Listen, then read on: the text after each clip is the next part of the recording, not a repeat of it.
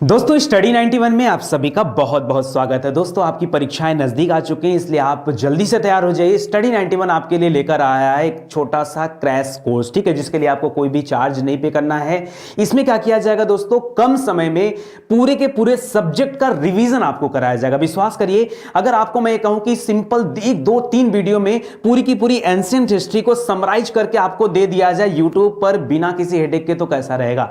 आपको कहा जाए कि पूरी की पूरी मिडावल हिस्ट्री सिर्फ 2 क्लास में आपको पढ़ने के लिए मिलेगी। क्लास खूब लंबी रहेगी, 1.5 घंटे 2 घंटे की क्लास रहेगी, ठीक है, लेकिन पूरी मिडावल हिस्ट्री एक छोटा सा पॉइंट्स भी आपको छोड़ा नहीं जाएगा और पूरा का पूरा रिवीजन कराया जाएगा। क्यों? क्योंकि ये रिवीजन पैकेज है आपके एग्जाम के लिए, ठीक है। लास्ट टाइम अगर आप पढ़ के जाएंगे तो बेशक आपके एग्जाम में बहुत सारे पॉइंट फंसने वाले हैं, चाहे आप किसी भी एग्जाम की तैयारी कर रहे हो, ठीक है। अभी हाल फिलहाल में आपके बहुत सारे वनडे एग्जाम होने वाले हैं या कोई भी एग्जाम होने वाला है, देखिए स्टैटिक पॉइंट वहां पर डिस्कस किए जाएंगे और इस तरह के जो वीडियोस दिए जाएंगे ये सुबह के 10 बजे आपको स्टडी 91 के यूट्यूब चैनल पर अवेलेबल करा दिए जाएंगे, ठीक है। आप किसी भी परीक्षा की तैयारी कर रहे हो, चाहे पुलिस की तैयारी कर रहे हो, टीचिंग एग्जाम की तैयारी कर रहे हो, यूपीपीएससी की तैयारी कर रहे हो, यूपी ट्रिपल एससी की तैयारी कर रहे हो, लेखपाल दे रहे हो, कुछ भी दे रहे हो, कोई भी एग्जाम, आप बैंकिंग एग्जाम दे रहे हो, डिफेंस एग्जाम दे रहे हो, देखिए कोई भी एग्जाम देंगे, लेकिन आपके जो स्टैटिक पार्ट होते हैं, जैसे जो सब्जेक्ट के पार्ट होते हैं, मैं कहूं हिस्ट्री, ज्योग्राफी, पॉलिटी, साइंस, ये तो फिक्स होते हैं ना,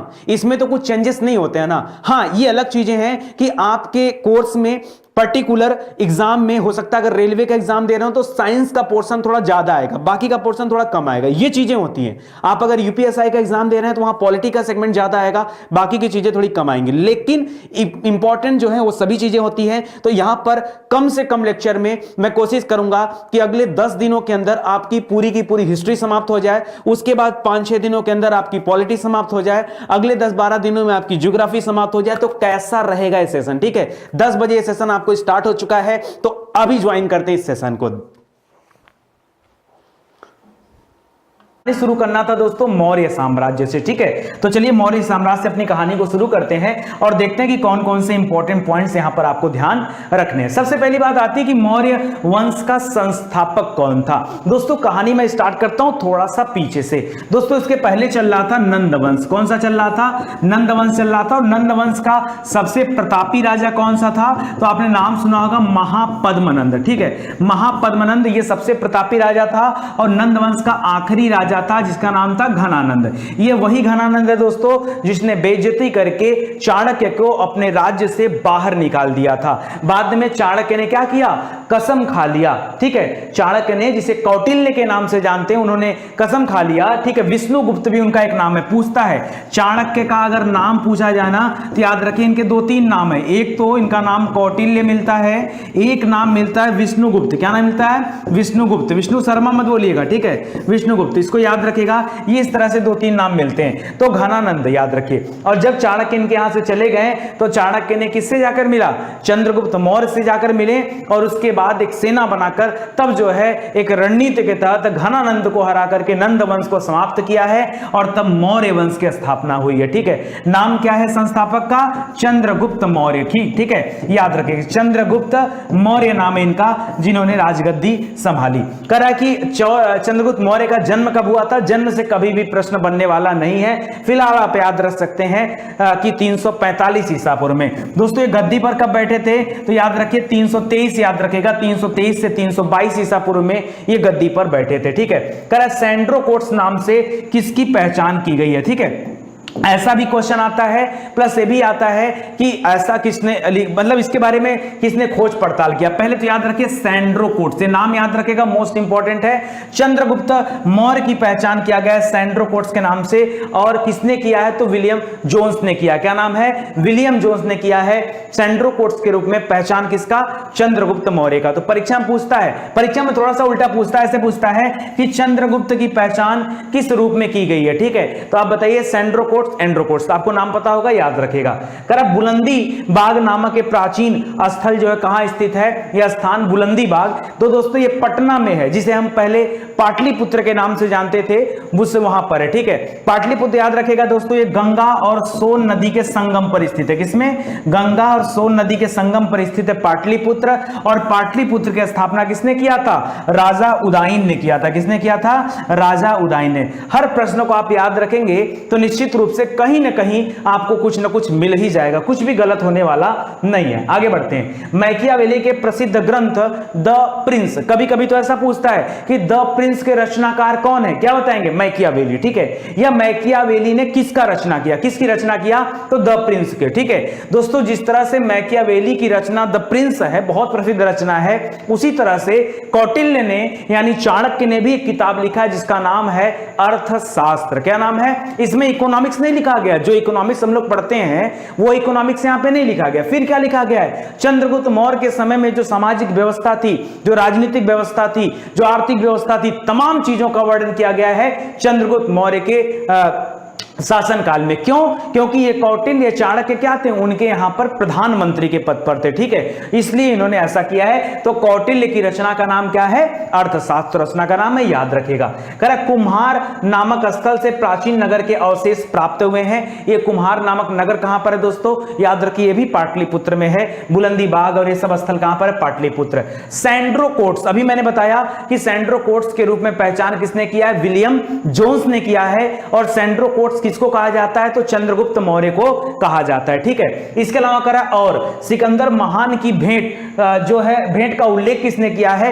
जस्टिन ने किया है। लेकिन मैं आपको एकदम फैक्ट बता रहा हूं कि कभी भी चंद्रगुप्त मौर्य और सिकंदर मिले नहीं थे। क्यों नहीं मिले थे? क्योंकि जिस समय सिकंदर ने भारत पर हमला किया था उस समय भारत में नंद वंश चल रहा था। क्या चल रहा था? नंद वंश चल रहा था। उस समय चंद्रगुप्त मौर्य का कोई नामो निशान ही नहीं था। उस समय चंद्रगुप्त मौर्य का कोई नामो निशान नहीं था। इस वजह से ये एकदम कंफर्म है कि कभी भी सिकंदर महान और चंद्रगुप्त मौर्य की मुलाकात नहीं हुई है। लेकिन इसके बारे में लिखा है जस्टिन ने, ठीक है, लिख दिया होगा, ठीक है, पता तो है नहीं तो लिख दिया होगा, कोई बात नहीं। चलो आगे बढ़ते हैं दोस्तों, आगे ध्यान दीजिए। चलिए समझ में आ रहा है ना? इसकी लड़ाई हुई थी लेकिन राजा पोरस के साथ हुई थी, ठीक है, राजा पोरस के साथ हुई थी, उसको आप ध्यान दीजिएगा, ठीक है। आगे एक और लड़ाई का नाम सुना होगा, हेराक्लीज, ठीक है, नहीं हेराक्लीज नहीं, एक बहुत अच्छी लड़ाई का नाम है, एक महिला है उसने लड़ा था सिकंदर के साथ। जरा आप कमेंट करके बताइएगा, मैंने पढ़ाया आपको एंशिएंट हिस्ट्री की डिटेल क्लास में।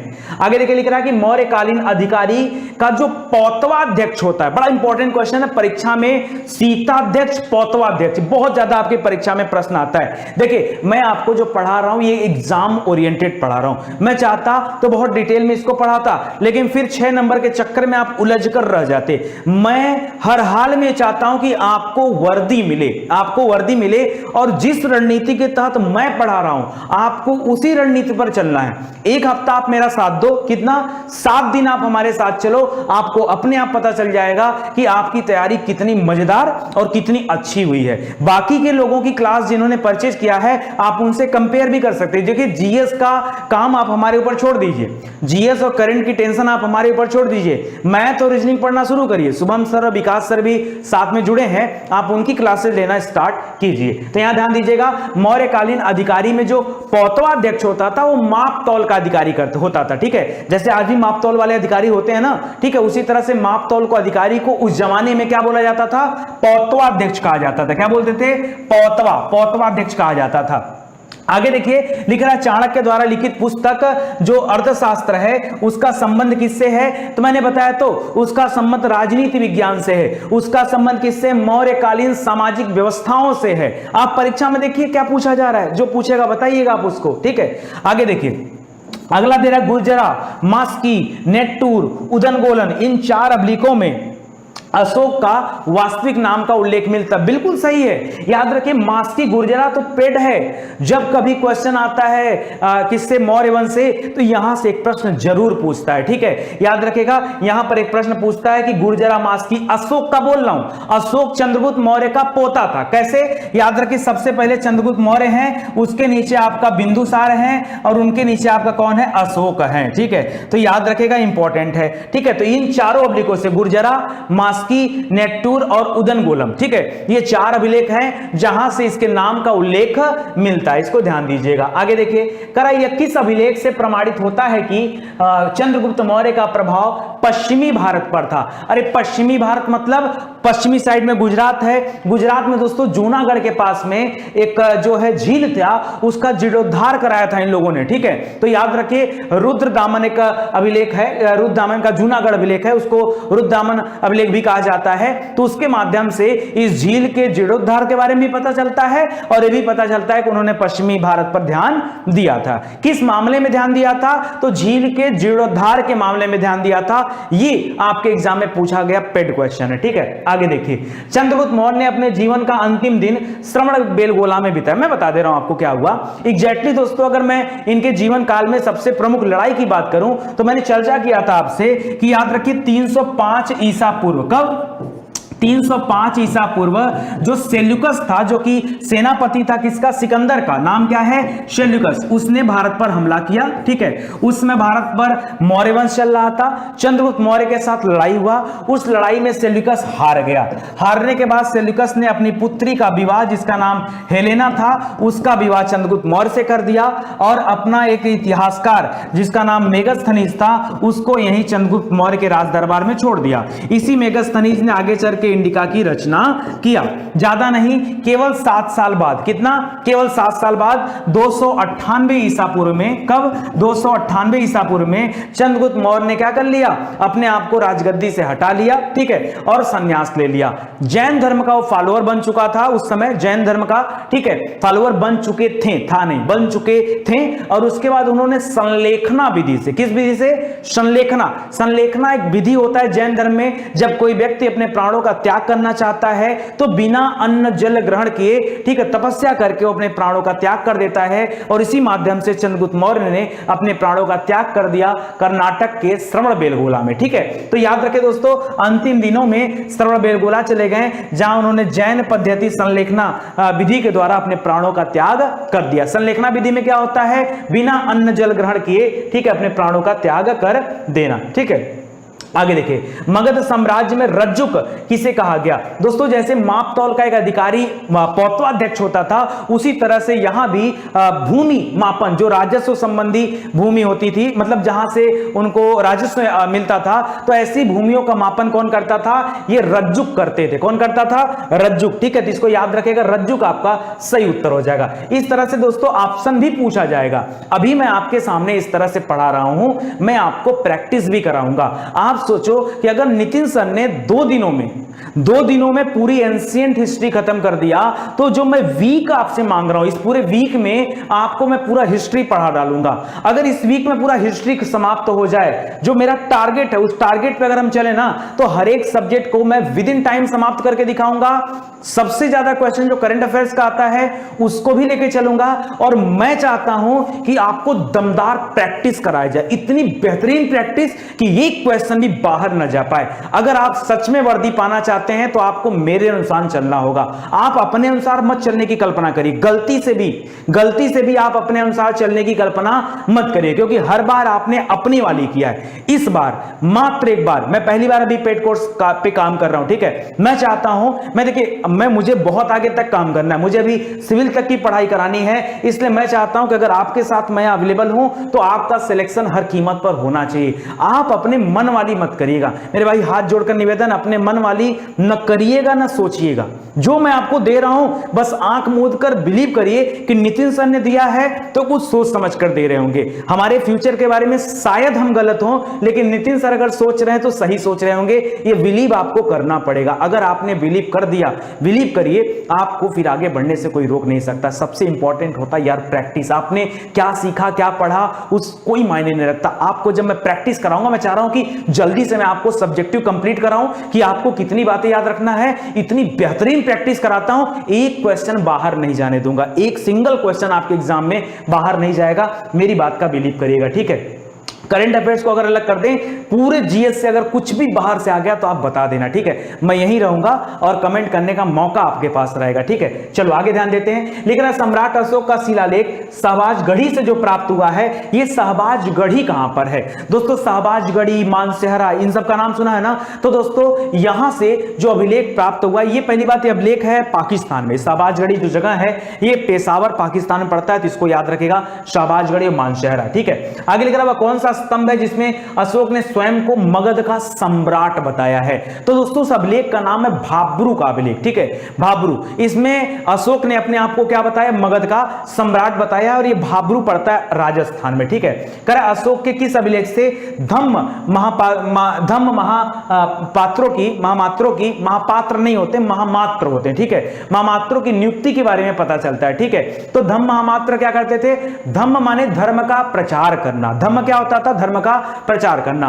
और क्योंकि अशोक जो थे वो शुरुआती समय में तो किसी धर्म के फॉलोअर नहीं थे, लेकिन बाद में बौद्ध धर्म के फॉलोअर बन गए, ठीक है, उपासक बन गए, ठीक है। उसके बाद इन्होंने जो है इसके लिए काम किया है, ठीक है। सबसे पहले उपगुप्त नाम के एक बौद्ध भिक्षु ने इनको अपना शिक्षा दिया था। तो 5वें बृहत शिलालेख में इन धम्म महामात्रों की नियुक्ति की बात की गई कि अशोक ने धम्म महामात्रों की नियुक्ति किया ताकि बौद्ध धर्म का को बड़े पैमाने पर प्रचार प्रसार हो सके। इन्होंने अपने पुत्र पुत्रियों को भी क्या भेज दिया, अलग अलग देशों में भेज दिया कि वहां जाओ और जाकर के बौद्ध धर्म का प्रचार प्रसार करो, ठीक है। आगे देखिए, गुर्जरा, अभी आपको पीछे पढ़ाया हूं, गुर्जरा और मास्की, ठीक है। तो कह रहा गुर्जरा, मास्की, नेट्टूर जिसमें पढ़ा ना, उटनगुलम, तो याद रखे, कह रहा गुर्जरा लघु शिलालेख कहां स्थित है। ये दोस्तों गुर्जरा जो जगह है ये मध्य प्रदेश में एक जगह दतिया, नाम सुना होगा, दतिया जिला है, वहां पर पड़ता है, ठीक है। गुर्जरा अभिलेख वहीं से मिला है। मौर्य काल में भूमि कर जो कि राज्य की आय का मुख्य स्रोत था, किस अधिकारी के द्वारा एकत्रित किया जाता था। देखिए भूमि का अगर मापन करना हो तो मापन करने वाले अधिकारी को रज्जुक कहा जाता था। फिर से मैं नोट कर रहा हूं, ठीक है, ध्यान दीजिएगा। अगर भूमि का मापन करना हो तो उसके लिए जो अधिकारी होता था वो रज्जुक होता था। कौन होता था, रज्जुक, ठीक है। रज्जुक ऐसे लिखेगा, रज्जुक होता था। लेकिन अगर मैं उसी अधिकारी की बात कर दूं जो वहां से राजस्व को कलेक्ट करता था, तो कलेक्शन करने का काम सीताध्यक्ष का था। किसका, सीताध्यक्ष का था। अभी कहोगे सब पीछे आप कुछ और पढ़ाए हैं, पौतवाध्यक्ष मैंने पढ़ाया अभी आपको, ठीक है, पौतवाध्यक्ष। याद रखिए पौतवाध्यक्ष किसे कहते हैं दोस्तों, जो क्या करता है, माप तौल का अधिकारी था, उसको पौतवाध्यक्ष कहा गया। तो इसको आप ध्यान दीजिएगा। चंद्रगुप्त मौर्य मगध की राजगद्दी पर कब बैठे, तो 323 से 322, ठीक है। याद रखेगा एग्जैक्ट अगर आंकड़ा बात करेंगे तो 322 मिलता है, कुछ जगहों पर 323 भी मिलता है, लेकिन 323 के आखिरी समय में घनानंद को हरा करके वो आ चुके थे, ठीक है। तो इसको याद रखेगा, चंद्रगुप्त मगध की गद्दी पर बैठे थे। चंद्रगुप्त जैन धर्म के अनुयायी थे। चंद्रगुप्त जो संलेखना विधि से जिनकी मृत्यु हुई थी वो जैन धर्म के फॉलोअर थे, जबकि उनका जो पोता था, जिस अशोक की बात करते हैं, वो किस धर्म के थे, वो बौद्ध धर्म के अनुयायी थे, ठीक है। तो उसको भी आप याद रखिएगा। कह रहा उत्तराखंड में सम्राट अशोक के शिलालेख जिस स्थान से मिले उस स्थान का नाम बताइए, क्या नाम है। तो याद रखिए कलसी का अभिलेख। क्या नाम है, कलसी। सुना है कि नहीं। उत्तर क्या हो जाएगा, नंबर यहां पे उत्तर नहीं दिया आई थिंक, ठीक है। तो याद रखेगा कलसी हो जाएगा यहां पर, ठीक है। उत्तराखंड में जिस स्थान से अशोक के शिलालेख मिले हैं उस स्थान का नाम क्या है, कलसी नाम है, कलसी, ठीक है, याद रखेगा। चंद्रगुप्त ने अपना अंतिम समय कर्नाटक में कहां बिताया, मैंने बताया 298 बीसी में संलेखना विधि से बिना अन्न जल को ग्रहण किए चंद्रगुप्त मौर्य ने अपने प्राणों का त्याग कर दिया। कर्नाटक में उस जगह का नाम श्रवण बेलगोला है, ठीक है, जहां पर गोमतेश्वर महादेव की, महाबली की, ठीक है, मूर्ति लगी हुई है, ठीक है। तो इसको याद रखिएगा, इंपॉर्टेंट है। आगे देखिए, कौशाम्बी तथा प्रयाग के स्तंभों में अशोक की रानी कौरवाकी द्वारा दिए गए दान का उल्लेख मिलता है। जी हां दोस्तों, ये जो कौशाम्बी और जो प्रयाग है, यहां पर ध्यान दीजिएगा, अशोक की एक रानी जिनका नाम है कौरवाकी, उनका दान देने का उल्लेख मिलता है और इसे रानी का अभिलेख कहा जाता है। पूछता आपसे परीक्षा में कि रानी का अभिलेख संबंधित है, ऑप्शन देता कौशाम्बी से, गुर्जरा से, मास्की से, कलसी से, शहबाजगढ़ी से, मानसहरा से, नेट्टूर से, उडनगुलम से, कहीं से भी बोल दिया, ठीक है। तो आप क्या बताएंगे कि रानी का जो अभिलेख है ये कौशाम्बी या फिर प्रयाग से संबंधित है। ये इंपॉर्टेंट आपके लिए, ठीक है, तो ध्यान दीजिएगा। कलिंग युद्ध की विजय तथा क्षत्रियों का वर्णन अशोक के किस शिलालेख में है। तो याद रखें दोस्तों, अशोक जो है जब गद्दी पर बैठते हैं, देखिए अशोक के पिता की मृत्यु के बाद दोस्तों बहुत घनघोर लड़ाई होती है। अशोक के कहा जाता है कि बहुत सारे भाई थे, कहा जाता है कि उनके सैकड़ों भाई थे और उन्होंने अपने सभी भाइयों की हत्या कर दिया। क्यों, क्योंकि कोई कोई गद्दी के ऊपर जो है आंच ना आने पाए, कोई गद्दी के लिए जो है विद्रोह न कर दे, इसलिए सबसे पहले उन्होंने सभी भाइयों को हरा करके या तो मार डाला या तो उन्हें हरा करके शांत करा दिया। ठीक है, उसके बाद दोस्तों इन्होंने गद्दी संभाली है। ठीक है, सब कुछ समाप्त करके, और गद्दी पर बैठने के 9वें वर्ष, परीक्षा में पूछता है तो याद रखेगा, यह युद्ध हुआ है और कलिंगा के युद्ध जिसे हम बोलते हैं, कलिंगा के युद्ध याद रखिए। इसमें क्या हुआ था, कलिंग जो स्थान पड़ता है उड़ीसा में पड़ता है और राजा नंद वहां का राजा था। 13वां शिलालेख कलिंग युद्ध के बारे में बताता है, तो यह भी इंपॉर्टेंट, इसको आप याद रखिएगा। ठीक है, 269 बीसी में गद्दी पर बैठे थे, उसके 9वें वर्ष में, यानी 9वां वर्ष चल रहा था, ठीक है, उसी में तो 261 बीसी में लड़ाई हुई थी, इसको ध्यान दीजिएगा। मेगास्थनीज द्वारा लिखी गई पुस्तक का नाम क्या है, पहले ही बता चुका हूं, इंडिका नाम है। सेल्यूकस के साथ मेगास्थनीज भारत आया था, उसके बाद भारत ही रुक गया। ठीक है, मौर्यों की जल संसाधन की व्यवस्था की जानकारी किस अभिलेख से मिलता है, अभी पीछे पढ़ाया हूं, रुद्रावन का जूनागढ़ अभिलेख। ठीक है, रुद्रदामन का जूनागढ़ अभिलेख जो कहां संबंधित है, गुजरात के पास में झील के जीर्णोद्धार से संबंधित है, वहीं जल संसाधन की व्यवस्था का भी उल्लेख है। घुमा फिरा के प्रश्न बहुत बार आपसे परीक्षा में पूछता है। वह मौर्य राजा जो अमित्रघात के नाम से जाना जाता है, उसका नाम क्या है, तो इसका जो पुत्र है क्या नाम है, बिंदुसार। ठीक है, उसको कहा जाता एंड्रोकोट्स, तो उसको भी याद रखेगा। बिंदुसार को क्या बोला जाता है, जैसे एंड्रोकोट्स, सेंड्रोकोट्स, दो नाम है, दोनों याद रखेगा। एंड्रोकोट्स और सेंड्रोकोट्स से जो नाम है ये चंद्रगुप्त मौर्य का है। ठीक है, अमित्रघात जो नाम है वो बिंदुसार का है। देवनामपीय जो नाम है वो अशोक का है। सब नाम याद रखिए, कई सारे नाम है, जैसे परम भागवत की उपाधि किसने लिया, विक्रमांक, विक्रमादित्य, तो ये सभी जो है गुप्त वंश के शासक थे, चंद्रगुप्त, विक्रमादित्य, उन्होंने रखा था, ये सब उनकी उपाधियां थी, तो ये सब याद रखना पड़ेगा आपको। ठीक है, चलिए बिंदुसार के बारे में देख लीजिए, 2-3 प्रश्न याद बनता है। एक तो बिंदुसार को अमित्रघात कहा जाता है। बिंदुसार ने सीरिया के शासक एंटियोकस प्रथम, ठीक है, से मदिरा और सूखे अंजीर और दार्शनिक भेजने की प्रार्थना किया था कि भाई कोई फिलासफर हमारे यहां भेज दो, थोड़ा अंजीर हो जाए और कुछ मदिरा वगैरह हो जाए। ठीक है, तो ऐसा डिमांड किया था, तो डिमांड के ऊपर भी प्रश्न बनता है। आगे बढ़ते हैं दोस्तों, अशोक के बारे में देखते हैं। हाँ, बिंदुसार के बारे में एक चीज और याद रखेगा कि बिंदुसार के समय में ही सबसे पहले महात्मा बुद्ध जी की मृत्यु हुई थी। कब, तो 483 बीसी में। कब, 483 बीसी मतलब ईसा पूर्व में। ठीक है, 483 ईसा पूर्व में। और इसीलिए दोस्तों राजगिरी के पास में गुफा था, सप्तपर्णी गुफा। क्या नाम है, सप्तपर्णी गुफा। वहीं पर जो पहली बौद्ध संगीत समिति हुई थी वो वहीं पर हुई थी बिंदुसार के समय में। ठीक है, इंपॉर्टेंट है, तो इसको आप याद रखिएगा। ठीक है, गड़बड़ हो गया, ना गलती हो गया। ठीक है, 483 मत याद रखिए। आप यहां पे थोड़ा सा ध्यान दीजिए, मैं 323 से आगे बढ़ चुका हूं, उनकी मृत्यु 483 में हो चुकी है। ठीक है, गड़बड़ हो गया। इनके समय ये बिंदुसार नहीं, वो बिंबिसार थे, फिर काला अशोक आएगा, फिर अशोक आएगा। अशोक के समय में तीसरी बौद्ध संगीत समिति हुई, थोड़ा सा माइंड में स्किप कर गया। ठीक है, ये गलती से, तो ये पॉइंट आप यहाँ पे हटा दीजिएगा। एक्चुअली दिमाग में बिंबिसार आने लगा तो उसको याद रखें, हालांकि आप इसको हटा दीजिए तो ज्यादा सही है। ठीक है, चलिए गलती से आ गया, कोई बात नहीं। आगे बढ़ते हैं दोस्तों, अगला देखिए, कह बिंदुसार का उत्तराधिकारी कौन था, अशोक महान था, और वो 269 बीसी में गद्दी पर बैठा। मैंने पहले ही आपको बता दिया कि 269 ईसा पूर्व में अशोक ने गद्दी संभाली है। ठीक है, राजगद्दी पर बैठने के समय अशोक ने अच्छा, बैठने के पहले क्या थे, तो ये अवंती का नाम सुना होगा, अवंती को अवंतिकापुरी भी कहा जाता था, वहां के राज्यपाल के पद पर थे अशोक। ठीक है, बैठने के पहले, और जब बैठ गए तो फिर राजा बन गए। ठीक है, कर मास्की और गुर्जरा अभिलेख में अशोक के नाम का उल्लेख मिलता है। अशोक जो नाम मिलता है, मास्की, गुर्जरा, नेट्टूर और उनरमुलम, तो उसको याद रखेगा, इंपॉर्टेंट है। मिस्र का राजा फिलाडेल्फस ने पाटलिपुत्र में डायनिसियस नाम का एक राजदूत भेजा था। मोस्ट इंपॉर्टेंट क्वेश्चन परीक्षा में आता है, लोग परेशान होते हैं। ठीक है, तो इसको भी आप ध्यान दीजिएगा। अशोक की माता का नाम क्या था, सुभद्रांगी था। क्या नाम था, सुभद्रांगी इनके माता का नाम था। अशोक ने बौद्ध धर्म के प्रचार के लिए अपने पुत्र महेंद्र और उनकी पुत्री का नाम था संघमित्रा, उनको श्रीलंका भेजा, देश विदेश की यात्रा पर भेजा कि जाओ और धर्म का प्रचार करो। ठीक है, और लोगों को बौद्ध धर्म से जोड़ो। ठीक है, अशोक के अभिलेख को पढ़ने में सबसे पहली बार सफलता किसको मिली?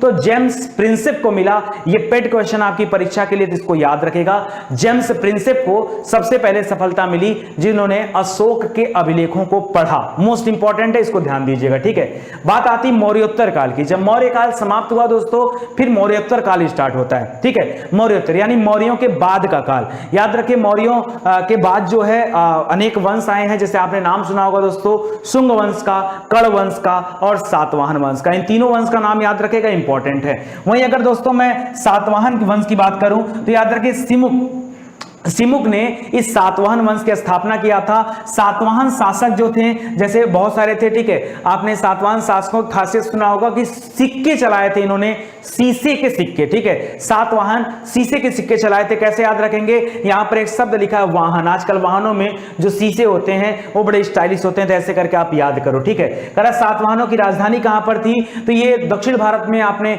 आंध्र प्रदेश में अमरावती का नाम सुना होगा, जो अभी राजधानी है। ठीक है, वो इनकी राजधानी थी सातवाहनों की। ठीक है, करा सातवाहन काल की सर्वश्रेष्ठ शासक कौन थे? तो सातवाहनों में सबसे प्रमुख शासक थे गौतमी पुत्र सातकर्णी। ये माता गौतमी, इनकी माता का नाम गौतमी था, इसीलिए और बहुत मानते थे। आप एक मूवी देख सकते हैं, साउथ इंडियन की मूवी, बहुत बेहतरीन मूवी है, गौतमी पुत्र सातकर्णी। ठीक है, आपको पूरी कहानी पता चल जाएगी इस सातवाहन काल की। बहुत बेहतरीन राजा थे गौतमी पुत्र सातकर्णी ने वेड़कटक स्वामी की उपाधि धारण की तथा वेड़कटक नामक नगर की स्थापना की, जिसे वेदों में आश्रय कहा गया। ठीक है, आपको पता होगा दोस्तों, गौतमी पुत्र सातकर्णी, मुझे ये चीजें पता नहीं थी, लेकिन जब मैंने मूवी देखा तो मैंने काफी सारी चीजों को सीखा और समझा। गौतमी पुत्र सातकर्णी ने एक अखंड भारत का निर्माण करने में अपना पूरा योगदान दिया, क्योंकि आसपास के राजाओं को वो पूरा जीवन ही समझाते रहे कि हमें मिलजुल कर रहना है, हमें एक साथ रहना है। जब हम एक साथ रहेंगे तभी एकता होगी, एकजुटता होगी, और तभी अखंड भारत बना रह पाएगा। उन्होंने बड़ा प्रयास किया। प्लस दोस्तों, उनके यहां पर सभी धर्मों को आश्रय दिया गया था, चाहे बौद्ध थे, चाहे जैन थे, चाहे हिंदू धर्म थे, सभी धर्मों के लोगों को आश्रय दिया गया था। ठीक है, तो इसलिए दोस्तों कहा गया कि इसे वेदों में आश्रय भी कहा गया। ठीक है, इसको ध्यान दीजिएगा। आगे देखिए, कुछ बातें आती है शक एवं कुषाण वंश से। शक एवं कुषाण वंश से, ये भी काफी इंपॉर्टेंट है, जरा ध्यान दीजिएगा। कर शकों का सबसे प्रतापी, प्रणाली नहीं होगा दोस्तों, सबसे प्रतापी यानी सबसे प्रसिद्ध जो शासक था वो कौन था? रुद्रदामन। ठीक है, क्या नाम था? रुद्रदामन। रुद्रदामन प्रथम नाम था, जिसका शासन लगभग 130 से 150 ईस्वी में गुजरात के एक बड़े भाग पर था। ये शक राजा था। ठीक है, ये कौन राजा था? शक। शकों का आक्रमण सुना ना, तो ये शक राजा था, ध्यान दीजिएगा। अच्छा, भारत का आइंस्टीन किसे कहा जाता है? ये थोड़ा सा आउट ऑफ रेंज यहां से क्वेश्चन है। नागार्जुन को कहा जाता है, और नागार्जुन कनिष्क के राज दरबार में हुआ करते थे। ठीक है, जिन्हें भारत का आइंस्टीन कहा जाता है, नागार्जुन को, ये किसके राज दरबार में थे? कनिष्क। कनिष्क कुंडलवन कश्मीर का राजा था, वो एक हिंद यवन शासक था। ठीक है, करा इनकी पुस्तक माध्यमिक सूत्र, किसकी? नागार्जुन की। इनकी पुस्तक माध्यमिक सूत्र, इसमें नागार्जुन ने सापेक्षता का सिद्धांत प्रस्तुत किया है, जिसपे आगे चल के आइंस्टीन ने काफी कुछ लिखा। ठीक है, इसको याद रखेगा, इंपॉर्टेंट है। कुषाण वंश का संस्थापक कौन था? तो इसका संस्थापक था कुजुल कटफिसेस। क्या नाम था? कुजुल कटफिसेस। और इसी का शासक था विम कटफिसेस, जिसने सबसे पहले भारत में सोने के सिक्के चलाए। ये भी काफी इंपॉर्टेंट है, तो याद रखेगा, कुषाण वंश का ही राजा था। कुषाण वंश का शासक था कनिष्क, जिसका राज्याभिषेक कब हुआ दोस्तों? तो याद रखें 78 ईस्वी में। ईस्वी याद रखेगा, क्योंकि अब ईसा पूर्व समाप्त हो चुका है, ईस्वी यहां पर आ चुका है। ठीक है, तो ईस्वी आ चुका है, शक संवत भी आरंभ हो चुका है। ठीक है, उत्तर तथा उत्तरी पश्चिमी भारत में सर्वाधिक संख्या में तांबे के सिक्के भी किसने जारी किए? तो याद रखें, कुषाणों ने जारी किए। प्लस सोने के सिक्के भी किसने जारी किए? और सोने में सर्वाधिक नहीं, सोने में सबसे शुद्ध सोने के सिक्के किसने जारी किए? तो कुषाणों ने। और सर्वाधिक अगर वर्ड लगे तो याद रखिए, गुप्त शासकों ने जारी किए थे। मतलब सिक्कों की मात्रा ज्यादा कर दिया किसने? गुप्त शासकों ने। इसको भी ध्यान दीजिएगा। विक्रम एवं शक संवत में कितने वर्षों का अंतर है? तो देखो, आप देखेंगे दोस्तों, यहां पर 78, वहां पर 58, टोटल जोड़ेंगे तो 135 वर्ष आ जाएगा। इसको आप लोग याद रखिएगा, 135 वर्ष आ जाएगा। ठीक है, किस वंश के साम्राज्य की सीमाएं भारत के बाहर तक फैली हुई थी। दोस्तों ये कनिष्क का जो साम्राज्य था, ठीक है, राजा कनिष्क का, क्योंकि वो कश्मीर का राजा था तो उधर पाकिस्तान, अफगानिस्तान, उसके आगे के स्थानों तक भी इसका पूरा साम्राज्य फैला हुआ था। तो ऐसा माना जाता है कि भारत के बाहर भी इसका साम्राज्य था, ठीक है। और भी बहुत सारे राजा हुए हैं जिनका साम्राज्य भारत के बाहर तक था। विक्रम संवत कब प्रारंभ हुआ? 57 ईस्वी ईसा पूर्व से प्रारंभ हुआ है। देखिए यहां पर ईसा पूर्व है और वहां पर 78 ईस्वी था। इन दोनों को जब जोड़ लेंगे तो 135 वर्ष आ जाएगा दोनों का डिफरेंस, ठीक है। क्यों? क्योंकि ये ईसा पूर्व में है और वो ईस्वी में था। करेक्ट। कलिंग नरेश खारवेल, ये किस वंश से संबंधित था? तो कलिंग का राजा खारवेल था। जिस समय अशोक ने हमला किया था कलिंग के ऊपर, जिसे हम कलिंग की लड़ाई के नाम से जानते हैं, कलिंग युद्ध के नाम से जानते हैं, 13वें शिलालेख में इस कलिंग युद्ध का वर्णन मिलता है। उस समय कलिंग का राजा कौन था? नंद मिलता है। उनका नाम क्या मिलता है? नंद। आगे चल के कलिंग नरेश खारवेल का भी वर्णन मिलता है, ठीक है, इसको भी याद रखेगा। कलिंग दोस्तों अपने यहाँ के हाथी और घोड़ों के लिए जाना जाता था। कलिंग बड़ा फेमस राज्य हुआ करता था। ये अपने हाथी घोड़ों के लिए जाना जाता था, इसीलिए हर एक राज्य इसको जीतना चाहते थे, ठीक है। ये चेदी वंश के राजा थे खारवेल, ठीक है। प्रथम ईरानी शासक कौन था? तो पहला ईरानी शासक का नाम था डेरियस प्रथम। क्या नाम था? डेरियस प्रथम नाम था। इसको आप ध्यान दीजिएगा। अफगानिस्तान में स्थित बामियान किस शहर, बामियान किसके लिए प्रसिद्ध था? तो बामियान वह स्थान था दोस्तों, अफगानिस्तान में पड़ता था, जहां पर बुद्ध की प्रतिमाएं बनाई जाती थी, ठीक है। बुद्ध की प्रतिमा के लिए दोस्तों आपने दो तरह की शैलियों का नाम सुना, ठीक है। एक तो आपका वो क्या गांधार शैली हो गया, एक आपका मथुरा शैली हो गया। सबसे पहली मूर्ति मथुरा शैली में बनाई गई, लेकिन बुद्ध की सर्वाधिक मूर्तियों का निर्माण गांधार शैली में किया गया। और बुद्ध की प्रतिमाओं के लिए ये बामियान जो जगह है ये अफगानिस्तान में उस समय प्रसिद्ध था।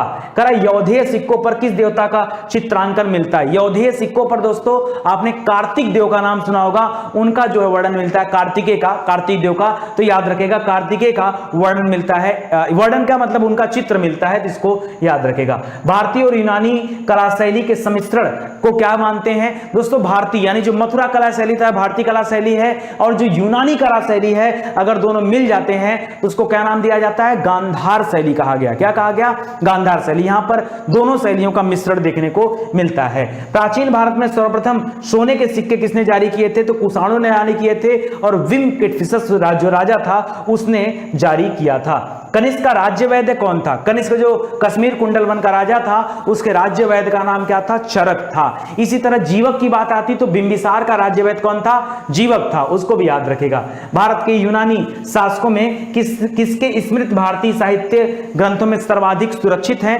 दोस्तों एक जो है क्या हुआ था? संवाद हुआ था, ठीक है। आपने मिनांडर का नाम सुना होगा, तो वहां से संबंधित है, ठीक है, याद रखेगा। यहां मिनांडर और एक जो है बौद्ध भिक्षु रहते हैं, उनके बीच में संवाद हुआ होता है, तो ये भी इंपॉर्टेंट है। सर्वप्रथम सोने के सिक्के जारी करने में किसका नाम आता है? तो विम कटफिसेस का नाम आता है, ठीक है। ये कुषाण वंश का राजा था। आगे बढ़ते हैं दोस्तों, गुप्त साम्राज्य कहानियों के बारे में पढ़ते हैं। देखिए मैं आपको एकदम क्लियर कट बता दूं, आपकी परीक्षा में पूरे एंशिएंट हिस्ट्री से 1 से 2 प्रश्न आने वाले हैं, इससे ज्यादा प्रश्न कतई नहीं आएंगे।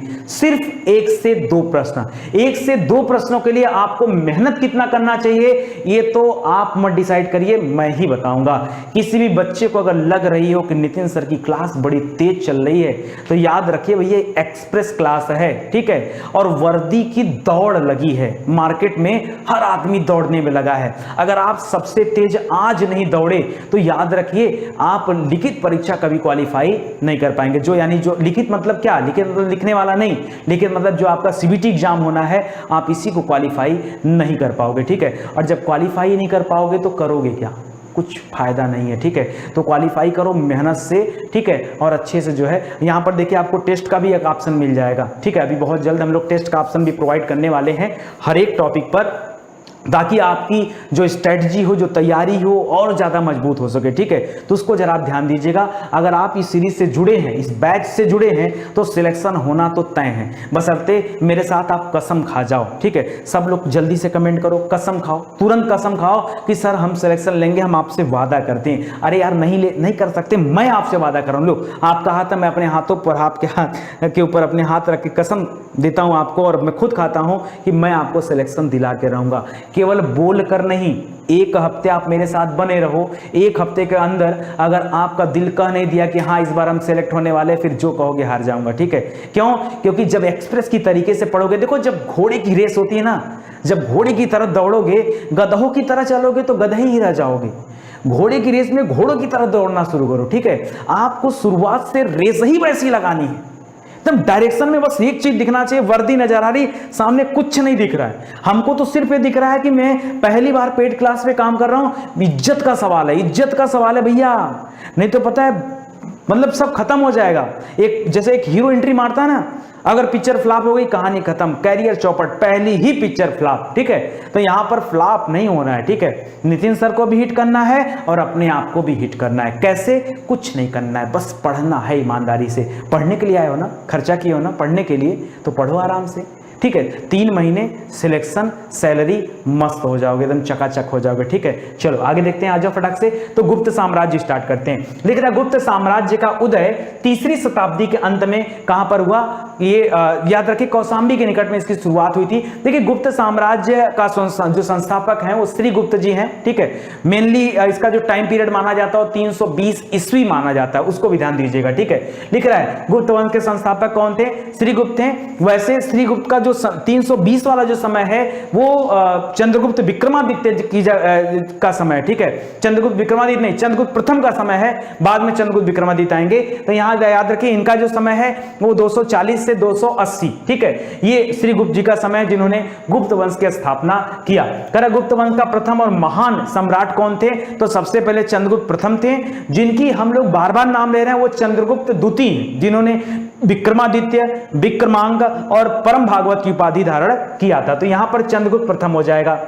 और चंद्रगुप्त प्रथम जो थे ये 320 ईस्वी में गद्दी पर बैठते हैं और इन्हीं को गुप्त वंश का मुख्य संस्थापक भी माना जाता है, वास्तविक संस्थापक भी इन्हीं को माना जाता है। करा इसने लिच्छवी की राजकुमारी कुमार देवी से विवाह किया और उसके बाद अपना राज्य विस्तार किया था। महाराजाधिराज की उपाधि इन्होंने धारण किया था, महाराजाधिराज चंद्रगुप्त प्रथम जी, ठीक है। तो उस समय इनका नाम प्रथम नहीं था, जब द्वितीय वाले आ गए तब प्रथम हुआ, ठीक है। तो याद रखिए उस समय इनको चंद्रगुप्त के नाम से ही जाना जाता था, ठीक है। आगे बढ़ते हैं। नगरों का क्रमिक पतन एक काल की महत्वपूर्ण विशेषता है। नगरों का क्रमिक पतन कब शुरू हुआ?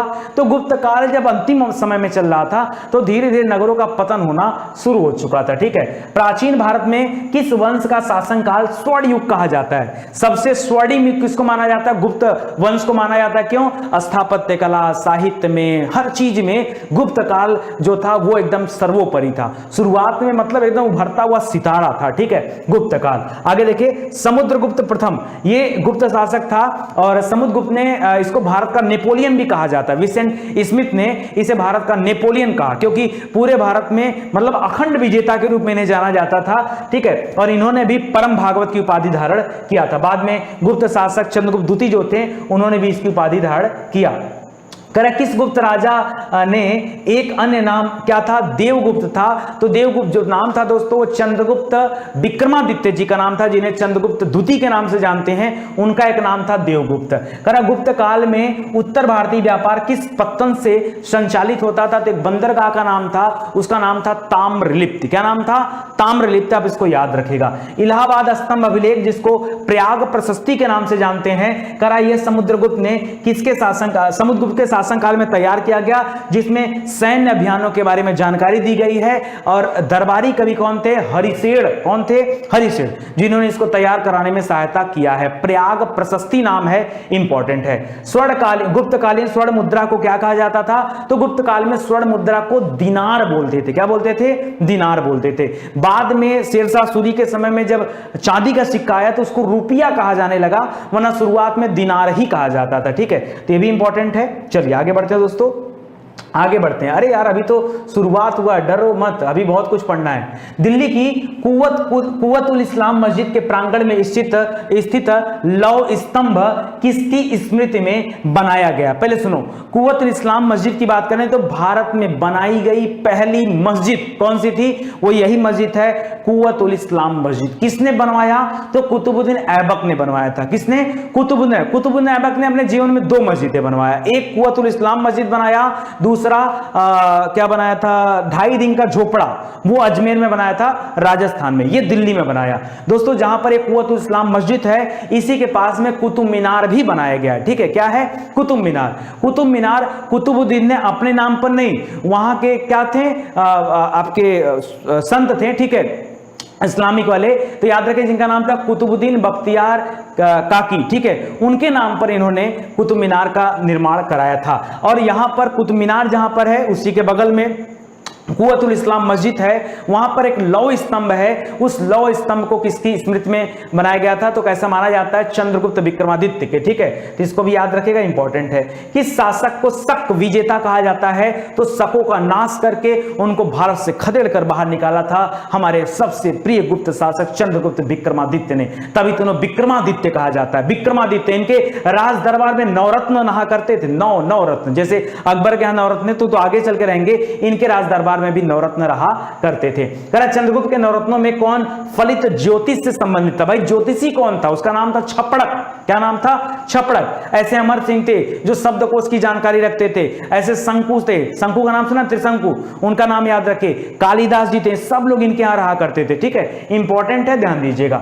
चंद्रगुप्त द्वितीय, जिनका समय लगभग 375 ईस्वी से लेकर के 415 ईस्वी तक बना रहा, चंद्रगुप्त विक्रमादित्य का जो संस्थापक माने जाते हैं वो चंद्रगुप्त प्रथम है, उनका समय 320 ईस्वी है, इनका समय 375 ईस्वी है। समय देखिए 55 साल का डिफरेंस है। ठीक है, तो ध्यान दीजिएगा। और 415 तक इनका समय माना जाता है। ये स्वयं एक विद्वान थे और तमाम विद्वानों के आश्रयदाता थे। जो नवरत्न इनका था कमेटी, वो आश्रय करके लोगों को मतलब बनाए हुए थे, अलग अलग फील्ड के सब मास्टरमाइंड थे। ठीक है, उसके दरबार में, उनके दरबार में 9 विद्वानों का एक समूह था जिन्हें नवरत्न कहा जाता था। इनमें कालिदास, धन्वंतरी, छप्पड़क, बेताल भट्ट, विक्रम बेताल की कहानी आपने सुना होगा। ठीक है, वो हो गए, शंकु हो गए, अमर सिंह हो गए, घटकरपर हो गए, वरामिहिर हो गए, वररुचि हो गए, इतने महान महान वैज्ञानिक इनके राज दरबार में रहा करते थे।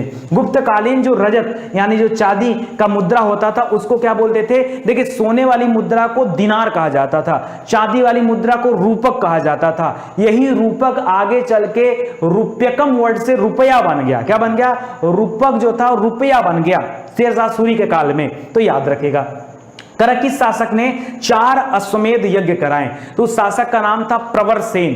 ठीक है, प्रवरसेन प्रथम ने कितना, कौन सा कराया था, अश्वमेध यज्ञ। इसी तरह का अश्वमेध यज्ञ किसने कराया था, भगवान श्री रामचंद्र जी ने कराया था। जब किसी राजा को यह ज्ञात हो जाता कि 10 दिशाओं में अब उसको कोई हराने वाला नहीं है, तो ऐसा राजा अश्वमेध यज्ञ कराता है। 1-2 नहीं, 4 अश्वमेध यज्ञ कराया प्रवरसेन प्रथम ने, तो इसको भी याद ध्यान दीजिएगा। कुमार गुप्त के समय में ही मध्य भारत में रजत सिक्का जिसे रूपक कहा जाता था, रजत माने चांदी होता है, तो रजत सिक्कों का मयूर शैलों में प्रचलन हुआ। मयूर शैल मतलब जैसे मोर होते हैं ना, मोर की वहां पर डिजाइन बनी थी, उसमें उसने महेंद्रादित्य की उपाधि भी धारण किया था। और नालंदा विश्वविद्यालय की स्थापना भी किसने कराया है, कुमार गुप्त जी ने कराया। नालंदा विश्वविद्यालय जो कि बिहार में स्थित है, नालंदा नामक स्थान पर, उसको आगे चल के दोस्तों बहुत समय बाद जब आपका गुलाम वंश चलता था, उस समय गौरी के मृत्यु के बाद, ठीक है, मृत्यु उस समय नहीं हुई थी, उसके पहले ही थोड़े से, ठीक है, एक गौरी का गुलाम था जिसका नाम था कुतुबुद्दीन बख्तियार खिलजी। वर्ड याद रखेगा, कुतुबुद्दीन बख्तियार खिलजी, जिसने बंगाल अभियान किया था और रास्ते में बिहार पड़ा था। पूरे बिहार में रुक करके इस नालंदा को जला दिया। लाखों की संख्या में किताबें धू-धू करके जल उठी और महीनों तक ये किताबें सुलगती रही। मतलब हमारे देश के जितने भी बेहतरीन चीजें थी वो सभी चीजें जल कर क्या हो गई, राख हो गई। ठीक है, किसने किया था, कुतुबुद्दीन बख्तियार खिलजी ने किया था, खिलजी ने किया था। ठीक है, तो इसको ध्यान दीजिएगा। कुमार गुप्त ने इस नालंदा की स्थापना कराया था। ये सबसे प्राचीन विश्वविद्यालय में से एक माना जाता है। वैसे सबसे पुराना विश्वविद्यालय भारत में कौन सा है, तक्षशिला है। इसको ध्यान दीजिएगा, ये पहला है जहां पर चाणक्य वगैरह रहा करते थे। यहां चाणक्य नहीं थे, ये गुप्त काल में बना है। ठीक है, किस चीनी यात्री ने गुप्त काल में यात्रा किया, उस चीनी यात्री का नाम क्या था, उसका नाम था फाहियान। 2 नाम बहुत ज्यादा आता है, वेनसांग और फाहियान। तो याद रखिए, फाहियान जो था ये चंद्रगुप्त विक्रमादित्य के समय में आया था, और जो वेनसांग था, ह से वेनसांग, ह से हर्षवर्धन, वो हर्षवर्धन के काल में आया था। ये जो फाहियान है ये चंद्रगुप्त विक्रमादित्य के काल में आया हुआ है। सती प्रथा का प्रथम अभिलेखित साक्ष्य कहां से मिला है, एरड़ एक जगह है दोस्तों, वहां से सती प्रथा का एक साक्ष्य मिलता मिलता है। हालांकि पुराने समय में जौहर वगैरह मिला का, पुराने नहीं, इसके बाद का समय आएगा उसमें जौहर वगैरह का वर्णन मिलता है। उसी को पुराने समय में सती प्रथा बोला जाता था, एरड़ अभिलेख। ठीक है, तो याद रखें दोस्तों, यह अभिलेख 510 से प्राप्त हुआ है, जिसमें गोपराज नाम के एक सेनापति की स्त्री ने यह सती हुई थी जाकर के। ठीक है, इसको ध्यान दीजिएगा। हूणों ने अस्कंद, देखिए सकों की लड़ाई तो चंद्रगुप्त विक्रमादित्य जी से हुई थी। सकों को खदेड़ करके चंद्रगुप्त विक्रमादित्य ने उन्हें बाहर भगा दिया। चंद्रगुप्त विक्रमादित्य ने सकों को खदेड़ करके बाहर भगा दिया और हूणों की लड़ाई अस्कंद गुप्त हुई थी। ठीक है, तो हूणों ने अस्कंद गुप्त के शासन काल में आक्रमण किया था और अस्कंद गुप्त ने हूणों पर विजय प्राप्त किया था। हूण बड़े ही नरसंहारी टाइप के व्यक्ति थे। अग्रहार से क्या तात्पर्य है? अग्रहार अभी आगे वर्णन मिलेगा दोस्तों जब हम बात करेंगे चोल साम्राज्य का। चोल साम्राज्य अपने ग्राम स्वशासन के लिए, अपनी नौसेना के लिए जाना जाता था। चोलों में आपने नाम सुना होगा, राजेंद्र चोल का नाम सुना होगा, राजा राज चोल का नाम होगा। ठीक है, बहुत सारे चोल राजा हुए हैं जिन्होंने भारत में साम्राज्य विस्तार किया और भारत के बाहर Java, Sumatra, Indonesia, Sri Lanka, Andaman Nicobar, Myanmar, इन सभी पर उनका अधिकार हुआ करता था। ठीक है, तो कह रहा वही जो चोल साम्राज्य के राजा थे वो ब्राह्मणों को जो दान दिया करते थे भूमि, ठीक है, वो कर मुक्त हुआ करती थी, उसको अग्रहार के नाम से जाना जाता था। भारत का नेपोलियन किसे कहा जाता है? समुद्रगुप्त को कहा जाता है। किसने कहा? तो विंसेंट स्मिथ ने कहा। ठीक है, आगे देखिए, चीनी यात्री फाहियान, ठीक है, चंद्रगुप्त विक्रमादित्य के शासन, हाँ ठीक है, चंद्रगुप्त विक्रमादित्य के शासन काल में आया था, जिन्हें चंद्रगुप्त द्वितीय भी कहा जाता है। और वेनसांग के शासन काल में हर्षवर्धन के शासन काल में वेनसांग आया हुआ था। समझ में आ रहा है ना? थोड़ा बहुत सांस ले लीजिए ताकि मजा आ जाए आपको। ठीक है, थोड़ा जलपान ले लिया जाए।